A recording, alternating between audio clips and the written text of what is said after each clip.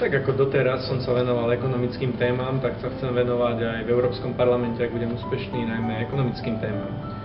Tvorba pracovných miest je najdôležitejšou európskou témou v súčasnosti, preto považujem za ozaj najdôležitejšie, aby sme vytvárali lepšie podmienky pre tých, ktorí tvoria pracovné miesta, aj pre tých, ktorí chcú pracovať. Teda aby sme podporovali aktivitu, aby sme podporovali lepšie vzdelanie, aby sme dodržiavali pravidlá, na ktorých sa dohodneme.